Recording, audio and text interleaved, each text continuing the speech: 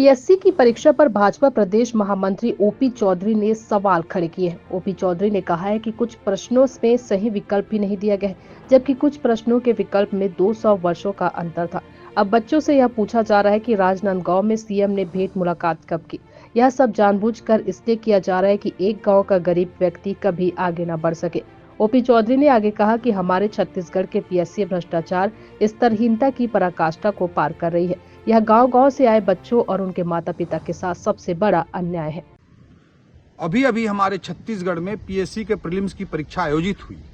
प्रश्न क्रमांक 88 में देखेंगे तो कलचुरी वंश के पदस्थता संबंधी प्रश्न है, जिसमें विकल्प है 1940, 1941, जबकि ये छत्तीसगढ़ में 1740, 1741 के आसपास की परिस्थितियां निर्मित होती हैं। सीधा 200 सालों का अंतर पीएससी के विकल्पों में है। प्रश्न क्रमांक 66 में देखेंगे कि ब्रिटिश कैप्टन सैंडीज ने कौन सी ताहूदारियों का निर्माण किया। इसमें लोरमी और तरेंगा जो सही विकल्प हैं वो किसी विकल्प में दिखाई ही नहीं देते हैं।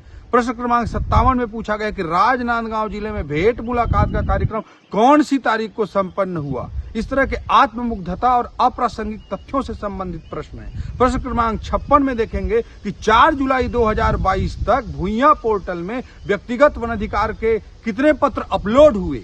इस तरह प्रत्येक डेट का अलग अलग का कोई सब डेट का तैयार याद कर सकता है क्या दुनिया में कोई?